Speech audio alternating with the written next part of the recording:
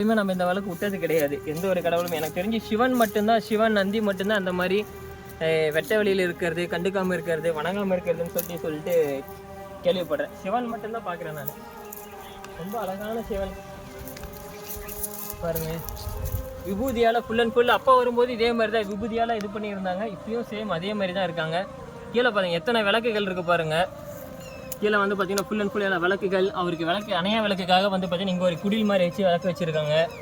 சூடம் வைக்கிறதுக்கு ஒன்று இப்படிலாம் வச்சு வணங்குறாங்க. வணங்குறது முறையாக வணங்கலாம் இல்லை, சின்னதாக ஒரு செட் அமைச்சு ஒரு நந்திக்கு ஒரு மேடை வச்சு இறைவன் ஒரு மேடை வச்சு வணங்கிறதா இன்னும் அழகாக இருந்திருப்பார்.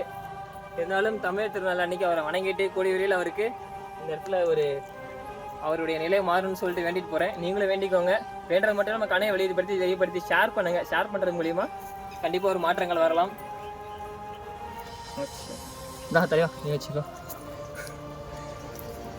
நீங்களும் கோயிலுக்கு போயிட்டு நீங்கள் தமிழ் திருநாள் கொண்டாடுங்க. நன்றி.